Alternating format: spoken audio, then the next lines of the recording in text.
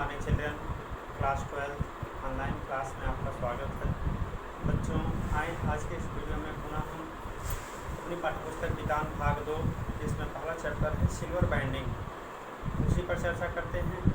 कल के वीडियो में आप लोगों ने देखा कि हमेशा 5 बजे छुट्टी होने के बाद 8 बजे तक अपने घर यशोधर बाबू पर पहुँचते हैं। क्यों पहुँचते हैं? क्योंकि उनकी विचारधाराएँ अपने परिवार में किसी से नहीं मिलती है। वह हमेशा कृष्णानंद पांडे जी के विचारों का अनुसरण करते हैं, भारतीय सभ्यता संस्कृति का पालन करते हैं और उनके जो बच्चे हैं वह आधुनिक के हैं। उनकी जो पत्नी है वह भी बच्चों के विचारों में मिल जाती है, आधुनिकता में ढल जाती है। वह अपनी पत्नी को समझाते हुए कहते हैं, पत्नी का उपहास करते हैं। पत्नी का उपहास करने के बाद वह भी जानते हैं कि उपहास मेरा भी हो रहा है। आए यहीं से आगे चलते हैं। जब वह पत्नी को समझाते हुए कहते हैं कि धर्म कर्म कुल परंपरा सबको ढोंग ढकोसला कर घरवाली आधुनिकता का आचरण करती है, तो यशोधर बाबू साइनल बुढ़िया चटाई का लहंगा या बूढ़ी मुँह मुहासे लोग करें तमाशे कहकर उसका विद्रोह को मजाक में उड़ा देते हैं। उनकी पत्नी जो है जब उनका विरोध करती है तो वह पत्नी को भी खरी खोटी सुनाते हैं, पत्नी की भी उलाहना करते हैं, पत्नी की भी निंदा करते हैं। अनदेखा कर देना चाहते हैं कहकर उसका विद्रोह को मजाक में उड़ा देते हैं। अनदेखा कर देना चाहते हैं कि लेकिन यह स्वीकार को बाध्य भी हो जाते हैं कि तमाशा उनका बन रहा है। जब उसका मजाक करते हैं अपनी पत्नी का, तो यह भी सोच लेते हैं कि मेरा भी मजाक हो रहा है। जिस जगह किशनदा का क्वार्टर था उसके सामने खड़े होकर एक गहरा निश्वास छोड़ते। गहरा निश्वास छोड़ने का मतलब होता है कि बहुत लंबी सांस लेना। यशोदा जी ने अपने से पूछा कि यह क्या है? क्या यह कहकर नहीं लगता कि किशनदा की तरह घर गृहिणी का पवाल ही न पाला और लाइफ कम्युनिटी के लिए डेडिकेट कर दी होती? आगे वह कहते हैं कि क्या मैंने यह उचित किया? अपने आप में पूछते हैं कि क्या मैंने यह उचित किया जो शादी कर लिया? मुझे भी चाहिए था कि किशनदा की तरह अविवाहित ही रहना, ताकि अगर परिवार की पत्नी का झमेला ही ना होता तो आज ये समस्या ना होती। फिर उनका ध्यान इस ओर गया कि बाल जती किशनदा का बुढ़ापा सुख नहीं रहा। अपने विषय में सोचते हैं कि अगर शायद ऐसा मैंने ना किया होता, विवाह न किया होता, पत्नी ना आई होती, बच्चे ना हुए होते, तो शायद मेरा जीवन सुखमय रहता। लेकिन कुछ देर के बाद वह यह भी सोचते हैं कि किशनदा भी अविवाहित थे और उनकी मृत्यु के समय जो समस्या हुई, जो परेशानियां हुई, उसके विषय में कोई नहीं बता सकता। अर्थात जीवन के अंतिम क्षणों के लिए परिवार का होना भी आवश्यक है। यही कहकर वह संतोष कर लेते हैं। किशनदा का बुढ़ापा सुख नहीं रहा। उसके तमाम साथियों ने हौज खास ग्रीन पार्क कैलाश कहीं ना कहीं जमीन ली, मकान बनवाया, लेकिन उसने कभी इस ओर ध्यान ही नहीं दिया। उन्होंने अपने जीवन में बहुत कुछ बनाया, लेकिन परिवार की तरफ कभी ध्यान उन्होंने नहीं दिया। रिटायर होने के 6 महीने बाद जब वे क्वार्टर खाली करना पड़ा तब हम हद हो गई। उसके द्वारा उपकृत इतने सारे लोगों में से एक ने भी उसे अपने यहाँ रखने की पेशकश नहीं की। वह सब कुछ किए, सबके साथ भलाई किए, लेकिन जब रिटायर होने के बाद अपने घर पैतृक जन्मभूमि पर जाने लगे तो किसी ने भी उनसे यह आग्रह नहीं किया कि आप अपने घर मत जाइए, आपके परिवार में कोई नहीं है, आप यहीं भी पर रहिए। लेकिन किसी ने भी ऐसा नहीं कहा। स्वयं यशोधर बाबू उसके सामने ऐसा कोई प्रस्ताव नहीं रख पाए, क्योंकि उस समय तक उनकी शादी हो चुकी थी। यशोधर बाबू सोचते हैं कि मैंने भी ऐसा नहीं किया, क्योंकि उस समय मेरा भी विवाह हो चुका था, शादी हो चुकी थी और उनके 2 कमरे के क्वार्टर में 3 परिवार रहा करते थे। किशनदा कुछ साल पहले राजेंद्र नगर के किराए का क्वार्टर लेकर रहा और फिर अपने गांव लौट गया, जहां साल भर बाद उसकी मृत्यु हो गई। ज़्यादा पेंशन खा नहीं सका बेचारा।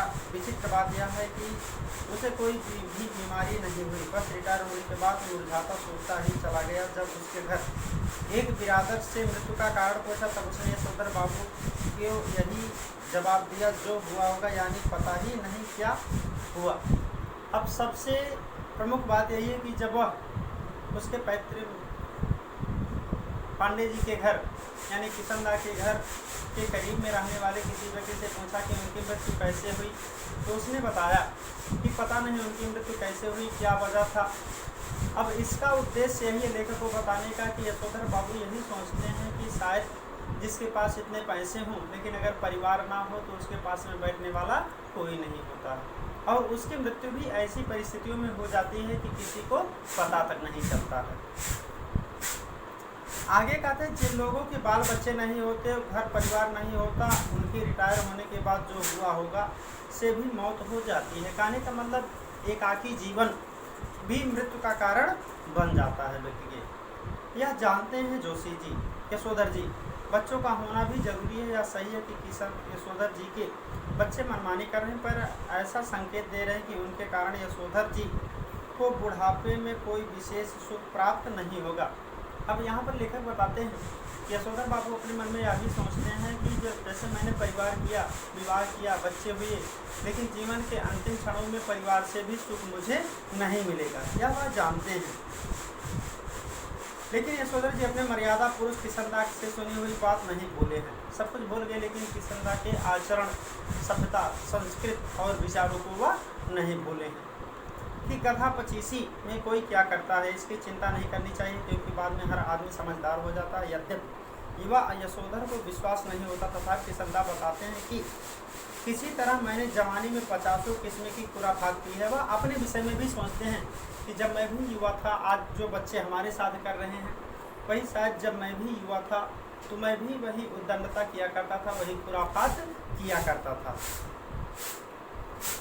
ककड़ी चुराना, गर्दन मोड़ के मुर्गी मार देना, पीछे की खिड़की से कूदकर सेकंड शो सिनेमा देख आना, कौन कर्म ऐसा है जो तुम्हारे इस किशनदा ने नहीं कर रखा।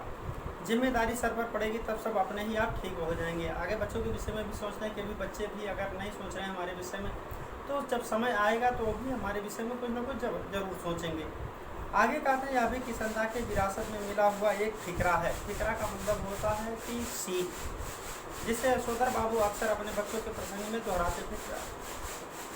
उन्हें कभी कभी लगता है कि अगर मेरे पिता तब नहीं गुजर गए होते, तब मैं मैट्रिक में था, तो शायद मैं भी गधा पचीसी के लंबे दौर से गुजरता। जिम्मेदारी सर पर जल्दी पड़ गई तो जल्दी ही जिम्मेदार आदमी बन गया।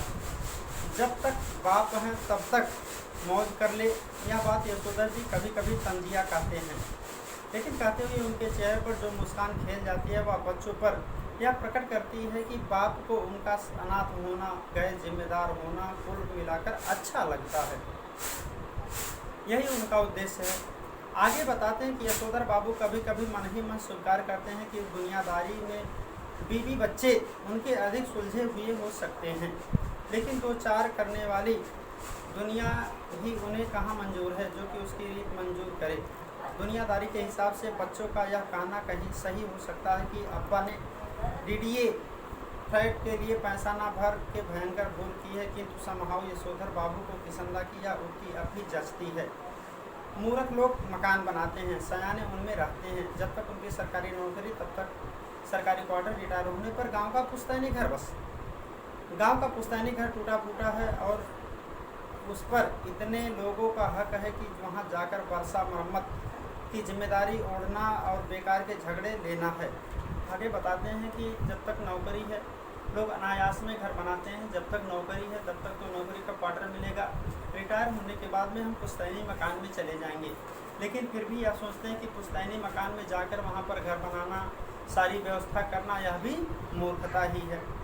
आज भी करते हैं कि उनका कोई लड़का रिटायर होने से पहले सरकारी नौकरी आ जाएगा और क्वार्टर उनके परिवार के पास बना रहेगा। अंतिम में भी सोचते हैं कि हमारा कोई बच्चा जो है सरकारी नौकरी पा जाएगा तो उसके नाम से क्वार्टर अलॉट हो जाएगा, हम लोग भी यहीं रहकर अपने समय को बिता लेंगे। अभी पति द्वारा भविष्य का प्रश्न उठाए जाने पर यशोधर बाबू इस संभावना को रेखांकित कर देते हैं। जब पत्नी कहती है कि अगर ऐसा नहीं हुआ तो आदमी को तो हर तरह से सोचनी चाहिए, तब यशोधर बाबू टिप्पणी करते हुए कई तरह से सोचने वाली हमारी बिरादरी में नहीं होते, उसमें तो एक की तरह से सोचने वाले होते हैं, कहते हैं और कहकर लगभग नकली सी हंसी हंसते हैं। यशोधर बाबू ये करते हैं।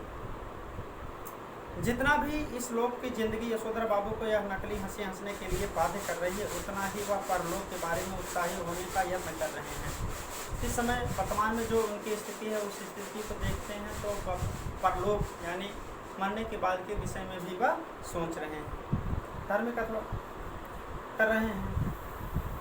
तो उन्होंने बिरला मंदिर की ओर तेज कदम बढ़ाए, लक्ष्मी नारायण के आगे हाथ जोड़े, आरती का फूल कर लिया कि खौसा में खौसा और पीछे से उस प्रांगण में जा पहुँचे जहाँ एक महात्मा गीता प्रवचन कर रहे थे। अफसोस आज प्रवचन सुनने में यशोधर जी का मन खास लगा नहीं। सच तो यही है कि वह भीतर से ही बहुत ज़्यादा धार्मिक अथवा कर्मकांडी नहीं है। हाँ, इस संबंध में उनका मर्यादा पुरुष किसंदा द्वारा स्थापित मानक हमेशा उनके सामने रहे हैं। जैसे जैसे उम्र ढल रही है वैसे वैसे वह किसंदा की तरह रोज़ मंदिर जाने, संध्या पूजन करने और गीता प्रेस की किताबें पढ़ने का प्रयत्न करने लगे। अगर कभी उनका मन शिकायत करता है कि इस सब में लग नहीं पा रहा हूँ, तब कहते हैं कि भाई लगना चाहिए। अब तो माया मोह के साथ भगवत भजन को कुछ स्थान देना ही होगा कि नहीं। नई पीढ़ी के जो राजपाट कुछ लग जाओ बात वन प्रवेश की, जो कहते हैं वैसा करते हैं। हमें अपने को अब इस वर्ल्ड की नहीं, उसकी इस लाइफ की नहीं, उसकी चिंता करनी है। वैसे अगर बच्चे सलाह मांगे, अनुभव का आदर करें तो अच्छा लगता है। अब नहीं मांगते तो ना मांगे। यशोधर बाबू ने फिर अपने झिड़क लिया। क्या हुआ कि मन को समझाने में फिर भटक गए। गीत महिमा सुने। अब भागवत श्रीमद् भागवत गीता के गीत महिमा को सुनने दीजिए। आज अब से अगले वीडियो में आपको बताएंगे। आपका दिन शुभ हो। नमस्कार, धन्यवाद।